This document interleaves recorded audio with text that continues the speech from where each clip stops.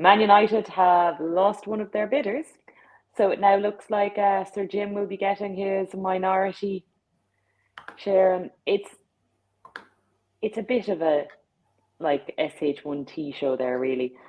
This has been the longest of processes to basically have effectively gone from what I think was being discussed as being a £5 billion potential deal to now have it looking like Jim will be coming in and getting a minority share, which effectively Glazers out is gone as a concept now.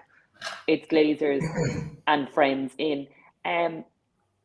I think the focus now is we're going to have another few seasons of United fans telling us how the Glazers are at fault for everything with the club, as opposed to looking at the overall picture of how players who are at the level they are playing or not playing, as the case may be. But there was also some discussion. Daniel Levy was out and commenting earlier that we may be potentially at some stage looking at the failed bidders coming knocking our way in terms of looking at investing elsewhere and potentially looking to buy a team like Spurs. We will take them with open arms. But I think it's just I didn't expect, I suppose. Do you remember that in January this year, January 9th, because it was during the holidays here, Daniel Levy met with the Qatari sports investment.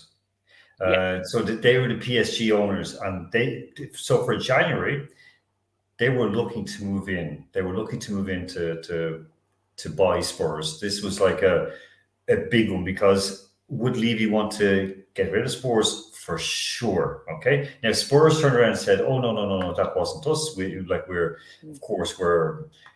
don't want that. We want to keep our club." But they it was a case. It was definitely a case where they wanted to try and get it in. And I mean, it was reported all over the place, and I think in terms of a matchup, this is one of the reports from it, in terms of a matchup, it would work very well with Spurs, because right now Spurs are flying high, but they need another 200 million to catch Man City and to stay level with Newcastle United. So, I mean, this is a runner, isn't it? It is. I suppose I'm actually more, I think, interested at the moment in, like, from a Spurs perspective, we know we need the money. I am very interested in how Tim Radcliffe has gone from what he intended to get to what he is in reality going to get, and how I will be curious to see how long we're waiting before we have, like, is it a year or is it 2 years ago now that we had the protests outside Old Trafford with the Glazers out kind of brigade?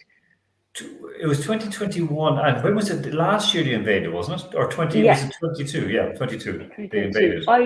I'm just curious to see how long before we see that again, because the reality is they're getting a dilution, but they're still at the helm. And I think United fans in particular are very quick to blame the Glazers for the failings of the club, and they're a huge contributory factor, but they're not the only issue here. And I think, until there's a kind of an acknowledgement that the Glazers are only part of the problem, you have the players. If they're not playing, there's a bigger issue there.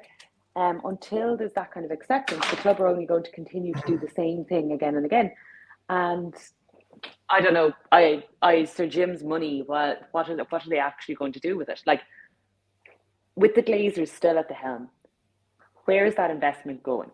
And with a minority, like, if you're buying a minority share in anything, your influence is also limited. Yes, you're the new person bringing in money. You just, like, you're like that guest who arrives with something and you're like, great, this guy's arrived with this lovely bottle of, we'll say, wine. But once that's gone, you're welcome. Like, you've given your gift. It's not coming back in again. As in, this isn't going to be like the Qataris coming into a club where there's an endless pot of money that will be coming in because of the fact that they've been buying clubs. This is a fixed shareholding. So anything you're doing is caveated by the fact that there's someone else deciding what's happening. And that's the reality of it. So it's a very strange setup. He's basically helping to pay off the debts that are accrued, that he's paying off the interest that they owe for running Manchester United. Now, they make profits, they take profits, but also as well, Jim Ratcliffe, what hasn't, I've read this in the paper today, it has been left out of commentary. He's also heavily indebted. He's leveraged. He is quite indebted. And that's not a problem in business, because basically all he has to do is go sell that debt, get money back in, and he's golden again. But he, as much as he owns, he also is carrying a huge amount of debt, which could impact United, because, you know, as you said, if he gets only a minority shareholder, what good is he? He's not any good at all. He's actually not going to do anything else. Yeah, no, you're completely limited in what your actual ability is and what your scope is. And again, as you said, if you're going in for one purpose only, and that's to deal with another person's debts or otherwise, then you are limited in what your actual share is going to be doing. And if the reality is your money isn't going to be used to buy new players or to do up the training ground or the really seriously needed investment in Old Trafford as a stadium, then what are you expecting the return to be? Yeah.